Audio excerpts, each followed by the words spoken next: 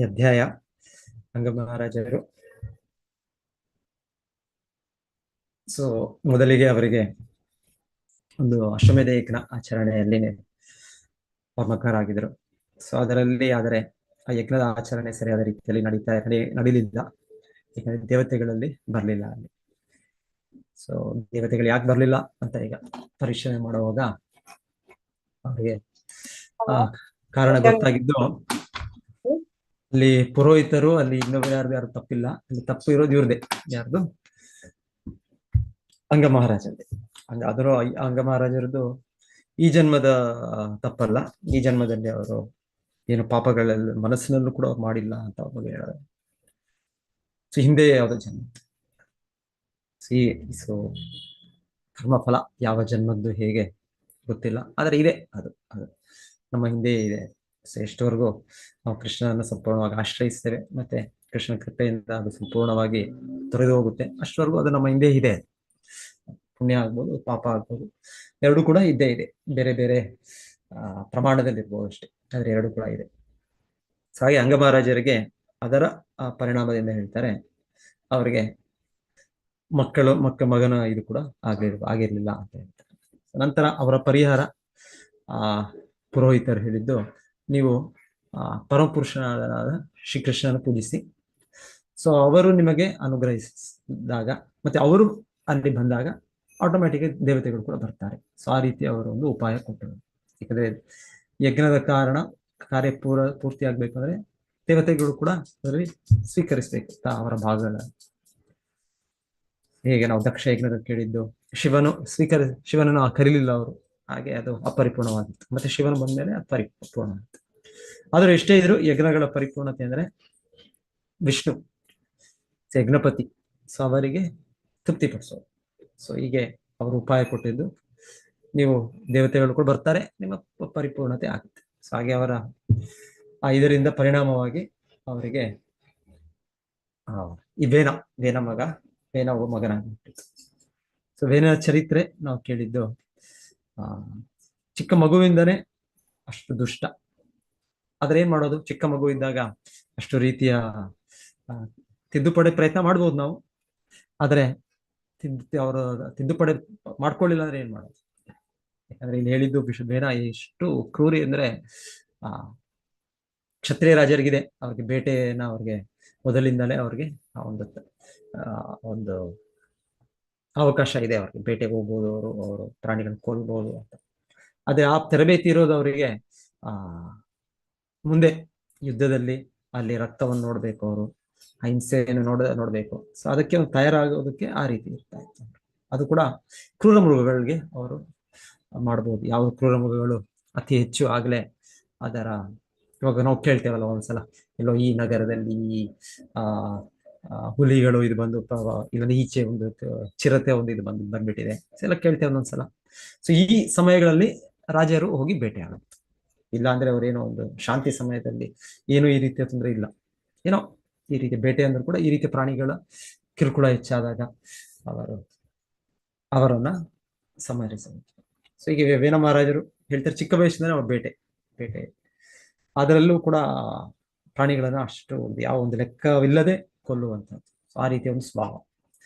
ಮತ್ತೆ ಅವ್ರ ಸ್ವಭಾವದ ಬಗ್ಗೆ ಹೇಳಿದ್ದು, ಅವನ ಸ್ನೇಹಿತರೊಟ್ಟಿಗೆ ಕೂಡ ಏನಾದರೂ ಕ್ರೀಡೆಗಳಲ್ಲಿ ಆಟ ಆಡುವಾಗಲೂ ಕೂಡ ಒಮ್ಮೊಮ್ಮೆ ಅವ್ರನ್ನೂ ಕೂಡ ಕೊಂದು ಬಿಡ್ತಾ ಇದ್ರು. ಸೊ ಈ ರೀತಿಯ ಬಹಳ ದುಷ್ಟ ಸ್ವಭಾವ. ಆಮೇಲೆ ವೇನ ಮಹಾರಾಜ ಈಗ ಮುಂದಿನ ರಾಜಕುಮಾರನಿಗೆ ತಿದ್ದುಪಡಿ ಮಾಡಕ್ ಪ್ರಯತ್ನ. ಸೊ ಅದು ಹೇಳ್ತಾರೆ, ಒಂದು ವಯಸ್ಸುವರೆಗೂ ಕರ್ಮ ಕೂಡ ಇರೋದಿಲ್ಲ. 12 ವಯಸ್ಸು ಎಷ್ಟು ವಯಸ್ಸು ಒಂದ್ ರೀತಿ, ಆ ವಯಸ್ಸುವರೆಗೂ, ಯಾಕಂದ್ರೆ ಅಷ್ಟು ತಿಳುವಳಿಕೆ ಇರೋದಿಲ್ಲ. ಹಾಗಾಗಿ ಆ ತಿಳುವಳಿಕೆ ಇಲ್ಲದೆ ಮಾಡ್ತಾ ಇದ್ದಾರೆ ಅಂತ ಕೂಡ ನಾವು ಭಾವಿಸ್ತೇವೆ. ಸೊ ಹಾಗೆ ಕೂಡ ವೇನ ಮಹಾರಾಜ ಮೋಸ್ಟ್ಲಿ ಅವ್ರಿಗೆ ನೋಡೋಣ ಮುಂದೆ ಬದಲಾಗೋದು. ಅದೇ ಎಷ್ಟು ಚಾನ್ಸ್ ಕೊಟ್ಟದ್ದು, ಎಷ್ಟು ಅವಕಾಶಗಳು ಕೊಟ್ಟದ್ದು, ವೇನ ಮಹಾರಾಜ ಬದಲಾಗಲಿಲ್ಲ. ಸೊ ಈಗ ಹೇಳ್ತಾರೆ, ಇದು ಅವರಿಗೆ ಈಗ ಅಂಗ ಮಹಾರಾಜರಿಗೆ ಆಧ್ಯಾತ್ಮಿಕ ದೃಷ್ಟಿಯಿಂದ ಒಳ್ಳೆಯದಾಯ್ತು. ಬೌದ್ಧಿಕ ದೃಷ್ಟಿಯಿಂದ ಇದು ಒಳ್ಳೇದಲ್ಲ. ಈ ತರ ಅವ್ರು ಹೇಳ್ತಾರೆ, ಈ ತರ ಮಗ ಹುಟ್ಟೋದ್ರಿಂದ ಎಲ್ಲ ಒಂದು ಕೀರ್ತಿ ಹೋಗ್ಬಿಡುತ್ತೆ, ಮತ್ತೆ ಎಲ್ಲ ಮಗನ ಕರ್ಮ ಕೂಡ ತಂದೆಗೂ ಕೂಡ ಬರುತ್ತೆ. ಸೊ ಹಾಗೆ ಎಲ್ಲದ ರೀತಿಯಲ್ಲೂ ಆಧ್ಯಾತ್ಮಿಕವಾಗಿ ಕೂಡ ಭೌತಿಕವಾಗಿ ಕೂಡ ಇದು ಒಳ್ಳೆಯ ಇದು ಅಲ್ಲ. ಆ ರೀತಿ ಮೊದಲ ಅವರ ಚಿಂತನೆ, ಅವ್ರಿಗೂ ಕೂಡ ದುಃಖ. ಆದರೆ ಅದೇ ಯೋಚನೆ ಮಾಡ್ತಾ ಮಾಡ್ತಾ ಅವರು ಆದರೆ ಅಟ್ಲೀಸ್ಟ್ ಒಳ್ಳೆ ಇದೇನು ಅಂದ್ರೆ ನನಗೆ ಈ ರೀತಿಯಿಂದ ಇನ್ನು ಮತ್ತೆ ನನಗೆ ಈ ಮಗನ ಮೇಲೆ ಸ್ವಲ್ಪ ಕೂಡ ನನಗೆ ಆಸಕ್ತಿ ಇಲ್ಲ. ಅಂದ್ರೆ ಇದು ಭೌತಿಕ ಜಗತ್ತು ಅಂದ್ರೆ ಬಂಧನ. ಅಥ ಗೃಹ ಕ್ಷೇತ್ರ ಸೂತಾಪ್ತವಿತ್ತೆ ಜನಸ್ಯ ಮೋಹ ಅಯಂ ಅಹಂ ಮಮೇತಿ. ಸೊ ಮೋಹ ಹೇಗೆ ಬೆಳೆಯುತ್ತೆ, ಅದು ಅದಕ್ಕೆ ಇದು ಒಂದು ಕಾರಣ, ಇದು ಮೋಹ ಬೆಳೆಯೋದಿದು. ಸೊ ಇಲ್ಲಿ ಅವ್ರು ಯೋಚನೆ ಮಾಡ್ತಾ ಇರೋದು, ಒಳ್ಳೆ ಮಗನಾಗಿದ್ರೆ ಮೋಹ ಹೆಚ್ಚಾಗುತ್ತೆ, ಅವನ ಮೇಲೆ ಅಟ್ಯಾಚ್ಮೆಂಟ್ ಬೆಳೆಯುತ್ತೆ. ಕೆಟ್ಟ ಮಗನಾಗಿದ್ರೆ ಅಟ್ಯಾಚ್ಮೆಂಟ್ ಇಲ್ಲ. ಸೊ ಹಾಗೆ ಅವ್ರು ಯೋಚನೆ ಮಾಡ್ತಾ ಇರೋರು, ಇದು ಆ ರೀತಿಯಲ್ಲಿ ಇದು ಒಳ್ಳೇದಾಯ್ತು ನನಗೆ ಅಂತ ಯೋಚನೆ ಮಾಡೋದಿಲ್ಲ. ಮತ್ತೆ ಹೇಳ್ತಾರೆ, ಎಷ್ಟೋ ದಿವಸ ಅವ್ರಿಗೆ ನಿದ್ರೆ ಕೂಡ ಬರ್ತಾ ಇರ್ಲಿಲ್ಲ ಅಂತ ಹೇಳ್ತಾರೆ. ಬರದೆ ಒಂದು ರಾತ್ರಿ ಅವರು ಯಾರಿಗೂ ಹೇಳದೆ ಅವರು ಮನೆ ತ್ಯಜಿಸ್ಬೇಕು. ಇಲ್ಲೊಂದು ಭಾವಾರ್ಥದಲ್ಲಿ ಶಿಲಾ ಪ್ರಭುಪಾದರು ಹೇಳ್ತಾರೆ, ಏನ್ ಹೇಳ್ತಾರೆ ಶಿಲಾ ಪ್ರಭುಪಾದರು, ಇದರ ಸಂಸಾರಿಕ ಜೀವನ ಅಂದ್ರೆ ಹೀಗೆ. ಸಂಸಾರಿಕ ಜೀವನ ಅಂದ್ರೆ ಅದು ಆಧ್ಯಾತ್ಮಿಕ ದೃಷ್ಟಿ ಇಲ್ಲದಂದ್ರೆ, ಆ ದೃಷ್ಟಿ ಇಲ್ಲವಾದಾಗ ಅದೊಂದು ಏನದು ಬಾವಿ ಇದ್ದಾಗ. ಬಾವಿ ಯಾವ ತರ ಬಾವಿ ಅಂದ್ರೆ ಅವ್ರು ಹೇಳ್ತಾರೆ, ಒಮ್ಮೊಮ್ಮೆ ಅವ್ರು ಹೇಳ್ತಾರೆ, ತತ್ ಸಾಧು ಮನ್ಯೆ ಅಸುರಬದೆ ದೇಹಿನ ಸದಾ ಸಮುದ್ವಿಗ್ನ ಧಿಯಾಂ ಅಸದ್ಗ್ರಹ ಇತ್ವಾತ್ಮಪಾತಂ ಗೃಹಮಂದ ಕೂಪಂ ವನಂ ಗತೋಯತ್ ಅರಿಮಾಶ್ರಯೇತ ಅಂತ ಇವರು ಪ್ರಹ್ಲಾದ ಮಹಾರಾಜ, ಭಕ್ತ ಪ್ರಹ್ಲಾದರು ಇವರಿಗೆ ಅವರ ತಂದೆಗೆ ಹಿರಣ್ಯಕಶಿಪುಗೆ ಒಂದು ಸಲ ಅವರು ಉಪದೇಶಿಸು. ಈ ಸನ್ನಿವೇಶ ಯಾವಾಗ ಬರುತ್ತೆ ಅಂದ್ರೆ, ಹಿರಣ್ಯಕಶಿಪು ತನ್ನ ಮಗನನ್ನು ಗುರುಕುಲದಿಂದ ಬರಮಾಡ್ಕೊಂಡು ಕೇಳ್ತಾನೆ ಪ್ರಹ್ಲಾದ್ ಮಹಾರಾಜರಿಗೆ, ನೀನು ಕಲ್ತದ್ರಲ್ಲಿ ಯಾವುದು ಉತ್ತಮವಾದದ್ದು ಇಲ್ಲ. ಆಗ ಮೊದಲನೇ ಬಾರಿ ಆದಾಗ ಅವ್ರು ಹೇಳ್ತಾರೆ ಅಂದ್ರೆ, ನಾನು ಒಳ್ಳೇದೇನು ಕಲ್ತದ್ದು ಅಂದ್ರೆ, ಈ ರೀತಿ ಮೋಹದಲ್ಲಿ ನಾವು ಸಿಕ್ಕಿಕೊಳ್ಬಾರ್ದು. ಮಾನವ ಜನ್ಮ ಸಿಕ್ಕಿದೆ ನಮ್ಗೆ, ಮನುಷ್ಯ ಜನ್ಮ. ಸೊ ಮನುಷ್ಯ ಜನ್ಮದಲ್ಲಿ ನಾವು ಈ ಬಂಧನದಿಂದ ದೂರ ಆಗುವಂತ ಪ್ರಯತ್ನ ಪಡಬೇಕು. ಅಥಾತೋ ಬ್ರಹ್ಮ ಜಿಜ್ಞಾಸ. ಮನುಷ್ಯ ಜನ್ಮ ಅಂದ್ರೆ ಯಾವುದು ಶಾಶ್ವತವಾದದ್ದು, ಯಾವುದು ಅಶಾಶ್ವತವಾದದ್ದು, ಏನು ನಾನು, ಏನು ನಾನಲ್ಲ, ನಾನು ಈ ದೇಹವಾ, ಈ ದೇಹವಲ್ಲವೋ. ಸೊ ಈ ರೀತಿ ಪರಿಶೀಲನೆ ಮಾಡೋದು ಮಾನವ ಜನ್ಮದ ಕರ್ತವ್ಯ. ಆದ್ರೆ ಇದನ್ನು ಮರೆತುಬಿಟ್ಟು ನಾವು ತಾತ್ಕಾಲಿಕ ಕರ್ತವ್ಯಗಳಲ್ಲಿ ನಾವು ಮೋಹವಾಗಿ ಬಂಧಿತರಾಗೋದು ಇದು ಒಳ್ಳೆಯದಲ್ಲ. ಸೊ ಹಾಗೆ ಇವರು ಹಿರಣ್ಯಕಶಿಪುವಿನ ಸ್ಥಿತಿಯನ್ನು ಅವರು ಸೂಕ್ಷ್ಮವಾಗಿ ಪರಿಶೀಲಿಸ್ತಾ ಪ್ರಹ್ಲಾದ್ ಮಹಾರಾಜರು ಹೇಳಿದ್ರು, ಹಿರಣ್ಯಕಶಿಪು ಸ್ಥಿತಿ ಏನು, ತುಂಬಾ ತೀವ್ರ ತಪಸ್ಸೆ ಮಾಡಿದ್ದು ಯಾಕೆ, ಅವರು ಭೌತಿಕವಾಗಿ ಆನಂದವನ್ನು ಪಡೆದರು. ಇಷ್ಟು ತೀವ್ರವಾದ ತಪಸ್ಸೆ, ಸಾವಿರಾರು ವರ್ಷ ಒಂದೇ ಕಾಲಿನಲ್ಲಿ ಕೈಗಳ ಮೇಲೆತ್ತಿ ಉಗ್ರ ತಪಸ್ಸೆ.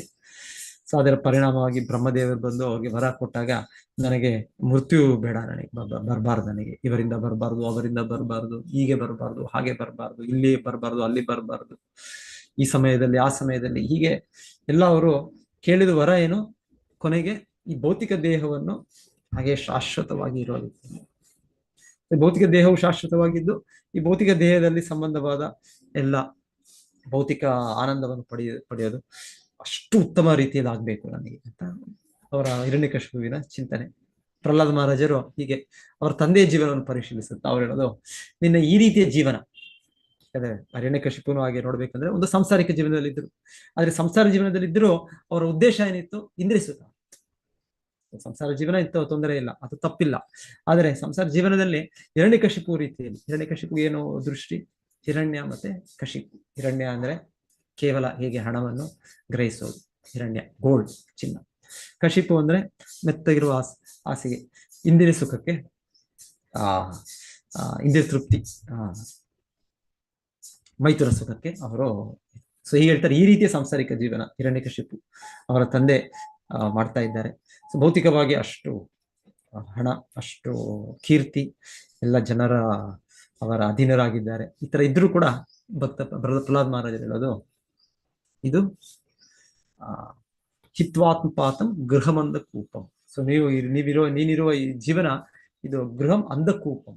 ಅಂಧಕೂಪಂ ಅಂದ್ರೆ ಬಾವಿಯಲ್ಲಿ ಎಂತ ಬಾವಿ ಅಂದ್ರೆ ಆ ಬಾವಿಯಲ್ಲಿ ನೀರಿಲ್ಲ. ಸ್ವಂತ ಬಾವಿಯಲ್ಲಿ ಬಿದ್ದರೆ ಏನಾಗುತ್ತೆ. ಆಮೇಲೆ ಆ ಬಾವಿ ಯಾವ ರೀತಿ ಬಾವಿ ಅಂದ್ರೆ ಹೇಳ್ತಾರೆ, ಈ ಬಾವಿ ಎಲ್ಲೋ ಒಂದು ಯಾವುದೋ ಒಂದು ಇದ್ರ ಮಧ್ಯೆ, ಒಂದು ಕೃಷಿ ನಾವು ಮಾಡ್ತಾ ಇರೋ ಎಲ್ಲೋ ಅದ್ರ ಮಧ್ಯೆ, ಎಲ್ಲಿ ಜನರು ರಸ್ತೆಯಲ್ಲೋ ಮನೆಯಲ್ಲೋ ಇರೋ ಆತರ ಬಾವಿ ಅಲ್ಲ. ಸೊ ಆತರ ಬಾವಿ ಎಲ್ಲೋ ಒಂದು ದೂರದಲ್ಲಿ ಇರೋ ಬಾವಿ, ಅದನ್ನ ಅಲ್ಲಿ ನೀರು ಇಲ್ಲ, ನೀರು ಇಲ್ಲದೆ ಯಾರು ಅದನ್ನ ಉಪಯೋಗಿಸೋದಿಲ್ಲ ಈಗ. ಅದ್ರ ಉಪಯೋಗಿಸೋದ್ರಿಂದ ಅದ್ರ ಯಾರು ಹತ್ರ ಹೋಗೋದು ಇಲ್ಲ. ಯಾರು ನೀರು ಉಪಯೋಗಿಸೋ ಬಾವಿಯಲ್ಲಿ ಯಾರು ಬಿದ್ದರೆ ಅಟ್ಲೀಸ್ಟ್ ಯಾರಾದ್ರೂ ಅಲ್ಲಿ ಬಂದು ನೋಡಿ ಅಯ್ಯೋ ಬಿದ್ದಿದ್ದಾರೆ ಅಂತ ಅವನ್ನ ಹೇಳ್ಬೋದು. ಆದ್ರೆ ಇವಾಗ ನೀರಿಲ್ಲ ಬಾವಿ, ಆ ರೀತಿಯ ಬಾವಿ ಎಷ್ಟೋ ವರ್ಷಗಳ ಹಿಂದೆನೆ ಅದರ ಅದು ಅದನ್ನ ಬಿಟ್ಬಿಟ್ಟಿದೆ, ಅದರಿಂದ ಪ್ರಯೋಜನ ಇಲ್ಲ ಅಂತ ಬಿಟ್ಬಿಟ್ಟಿದ್ದಾರೆ. ಸೊ ಆ ರೀತಿಯ ಬಾವಿ ಎಲ್ಲೋ ಇದೆ, ಯಾರು ಇಲ್ಲೇ ಇರೋ ಜನರಲ್ಲಿ ಏಕಾಂತ ಸ್ಥಳದಲ್ಲಿ ಎಲ್ಲೋ ಇದೆ. ಮತ್ತೆ ಆ ಬಾವಿಯಲ್ಲಿ ಬಿದ್ದರೆ ಮೊದಲಿಗೆ ನೀರಿಲ್ಲ ಅಂದ್ರೆ ಅಲ್ಲಿ ಬಂಡೆಗಲ್ಲು ಎಲ್ಲ ಇರುತ್ತೆ, ಅಲ್ಲಿ ಒಳ್ಳೆ ಪೆಟ್ಟುಗಳು ಬೀಳ್ತವೆ, ಒಳ್ಳೆ ಅಲ್ಲಿ ಇದು ಎಲುಬುಗಳು, ಇದು ಎಲ್ಲ ಬೋನ್ಸ್ ಎಲ್ಲ ಫ್ರಾಕ್ಚರ್ ಆಗಿರುತ್ತೆ. ಸೊ ಆ ರೀತಿ ಆಗೋ ಬಿದ್ದು ಅಕಸ್ಮಾತ್ ಪ್ರಾಣ ಉಳಿದ್ರು ಸ್ವಲ್ಪ ಸಮಯ. ಆಮೇಲೆ ಹೇಳ್ತಾರೆ ಅಲ್ಲಿಂದ ಯಾರಾದ್ರೂ ಹೊರಗೆ ಬರ್ಲಿಕ್ಕೂ ಕೂಡ ಯಾರಾದ್ರೂ ಕೂಗಿದ್ರೆ ಕೇಳಿಸೋದು, ಯಾಕಂದ್ರೆ ಏಕಾಂತ ಸ್ಥಳದಲ್ಲಿರೋ ಬಾವಿ, ಏಕಾಂತ ಸ್ಥಳದಲ್ಲಿರೋ ಬಾವಿಯಲ್ಲಿ ಯಾರು ಎಷ್ಟು ಕೂಗಿದ್ರು ಕೂಡ ಯಾರು ಕೇಳಿಸೋದಿಲ್ಲ. ಹೀಗೆ ಅವ್ರು ಉದಾಹರಣೆ ಕೊಡೋದು ಹಿರಣ್ಯಕಶಿಪುವಿನ ಸಾಂಸಾರಿಕ ಜೀವನ. ಆ ರೀತಿಯ ಒಂದು ಗೃಹಮಂದ ಕೂಪಂ ಅಂತ ಅವ್ರು ಹೇಳೋದು. ಈ ರೀತಿಯ ಒಂದು ಜೀವನ ಇದ್ರೆ ಸಾಂಸಾರಿಕದಲ್ಲಿ, ಈ ಆಧ್ಯಾತ್ಮಿಕ ದೃಷ್ಟಿ ಇಲ್ಲದೆ ಭೌತಿಕವಾಗಿಯೇ ಸಂಪೂರ್ಣವಾಗಿ ಮಗ್ನವಾಗಿದ್ದಾರೆ, ಹಾಗೆ ಹೇಳ್ತಾರೆ ಏನು ಉಪಾಯವೇ ಇಲ್ಲ ಅಲ್ಲ, ಉಪಾಯವೇ ಇಲ್ಲ. ಅಲ್ಲಿರೋ ಬಾವಿಯಲ್ಲಿ ಬಿದ್ದ ವ್ಯಕ್ತಿ ಅಲ್ಲೇ ಅವನು ಕೂಗಿ ಸಾಯೋದು ಅಷ್ಟೇ. ಸೊ ಆ ರೀತಿ ಇದು ಅಸಹಾಯಕ ಸ್ಥಿತಿ ಇದು. ಸೊ ಹಾಗೆ ಅವ್ರು ಹೇಳ್ತಾರೆ ಆ ತರ ಜೀವನ ಇರೋದ್ರಿಂದ ಹಿರಣ್ಯಕಶಿಪುಗೆ ಪ್ರಹ್ಲಾದ್ ಮಹಾರಾಜರು ಹೇಳೋದು ಹಿತ್ವಾತ್ಮ ಪಾತಂ ಗೃಹಮಂದ ಕೂಪಂ ವನಂ ಗತೋಯದ್ ಅರಿಮಾಶ್ರಯ. ಸೊ ನೀವು ದಯವಿಟ್ಟು ಇದನ್ನು ಬಿಟ್ಟು ವನಕ್ಕೆ ಸೊ ವನಕ್ಕೆ ಅಂದ್ರೆ ಹಿಂದೆ ವನಕ್ಕೆ ಅಂತ ಹೇಳ್ತಾ ಇದ್ರು, ಹಿಂದೆ ಋಷಿ ಮುನಿಗಳು ಹಿಂದೆ ಎಲ್ಲ ಆಧ್ಯಾತ್ಮಿಕ ವ್ಯಾಧಿಗಳು ಪಾಲನೆ ಮಾಡ್ತಾ ಇದ್ರು. ಅಟ್ಲೀಸ್ಟ್ ಇವಾಗ ವನಂ ಗತೋಯದ್ ಹರಿಮಾಶ್ರಯೇತ, ಏನ್ ಮಾಡ್ಬೇಕು, ಹರಿ ಆಶ್ರಯೇತ, ಹರಿ ಕೃಷ್ಣನನ್ನು ಆಶ್ರಯಿಸಬೇಕು. ಸೊ ಅವರು ತನ್ನ ತಂದೆಗೆ ಉಪದೇಶಿಸಿದ್ರು, ಯಾರು ಪ್ರಹ್ಲಾದ ಮಹಾರಾಜರು. ಹೀಗೆ ಯಾಕೆ ಅವರು ಆ ರೀತಿಯ ಸಾಂಸಾರಿಕ ಜೀವನದಲ್ಲಿ ಇಂದ್ರಿಯ ಸುಖದಲ್ಲಿ ಏನು ಆ ಭಗವಂತನ ಭಕ್ತಿಯಲ್ಲಿ ತೊಡಗದೆ ಅವರಿದ್ದದನ್ನು ನೋಡಿ ಆ ರೀತಿ. ಸೊ ಇಲ್ಲಿ ಅದೇ ಭಾವಾರ್ಥದಲ್ಲಿ ಈ ರೀತಿ ಹೇಳ್ತಾರೆ, ಈ ರೀತಿಯ ಜೀವನ. ಸೊ ಇವರು ಪರಿಶ್ರಮ ಮಾಡ್ತಾ ಇದ್ದಾರೆ, ಯಾರು ಅಂಗ ಮಹಾರಾಜರು, ಅವರು ಪರಿಶ್ರಮ ಮಾಡಿ ಸೊ ಸದ್ಯಕ್ಕೆ ನನಗೆ ಆ ರೀತಿಯ ಇಂದ್ರಿಯ ಸುಖದ ಒಂದು ಇದಿಲ್ಲ ಇಲ್ಲಿ, ಯಾಕಂದ್ರೆ ನನ್ನ ಮಗನ ಈ ರೀತಿ ಕೆಟ್ಟ ಮಗ, ದುಷ್ಟ ಮಗ. ಸೊ ಈ ರೀತಿ ನನಗೆ ಇದರಿಂದ ಏನು ಒಳ್ಳೆಯದು ಇಲ್ಲಿ, ಈ ರೀತಿಯ ಒಂದು ಸಾಂಸಾರಿಕ ಜೀವನ. ಸೊ ಹಾಗೆ ಸೊ ನನಗೆ ಒಳ್ಳೇದೇ ಆಯ್ತು, ಇದು ಒಳ್ಳೇದಾಯ್ತು. ಸೊ ಒಳ್ಳೇದಾಯ್ತು ಅಂದ್ರೆ ನಾನು ಕೂಡ ಗೃಹತ್ಯಾಗ ಮಾಡಿ ನಾನು ಸಂಪೂರ್ಣವಾಗಿ ಕೃಷ್ಣನು ಆಶ್ರಯಿಸ್ತೇನೆ. ಸೊ ಈ ಕ್ರಮವನ್ನು ತಗೊಂಡ್ರು. ಸೊ ಪ್ರಭುಪಾದರು ಹೇಳೋದು ಈ ರೀತಿ ಇರ್ತಾ ಇತ್ತು ಹಿಂದೆ. ಇದು ಕ್ರಮ ಕೂಡ ವೈದಿಕ ಕಾಲದಲ್ಲಿ. ಹಾಗೆ ಜನರು ಒಂದು ವಯಸ್ಸಿನಲ್ಲಿ ಸಾಮಾನ್ಯವಾಗಿ ಅವರು ವಾನಪ್ರಸ್ಥ ಸನ್ಯಾಸ ಸ್ವೀಕರಿಸ್ಬಿಡ್ತಾ ಇದ್ರು. ಸೊ ಮತ್ತೆ ಹೇಳ್ತಾರೆ ಈ ರೀತಿಯಲ್ಲಿ ಹೋದಾಗ ಸೊ ಒಂದು ಅವರಿಗೆ ಸಂಸಾರ ವ್ಯಾಮೋಹ ಇಲ್ಲ, ಇನ್ನೊಂದು ಅವರು ಭಗವಂತನ ಭಕ್ತಿ ಕಾರ್ಯಗಳ ಸಂಪೂರ್ಣವಾಗಿ ಮಗ್ನರಾಗ್ತಾ ಇದ್ರು. ಸೊ ಹೀಗೆ ಇದು ವೈದಿಕ ಕಾಲದ ಆಧ್ಯಾತ್ಮಿಕ ಕ್ರಮ, ಆಧ್ಯಾತ್ಮಿಕ ಜೀವನ. ಹರೇ ಕೃಷ್ಣ. ಯಾರಾದ್ರೂ ಏನೇನಾದ್ರೂ ಏನೋ ಹೇಳ್ಬೇಕಂತ ಸೇರಿಸ್ಬೇಕು ಹೇಳಿ.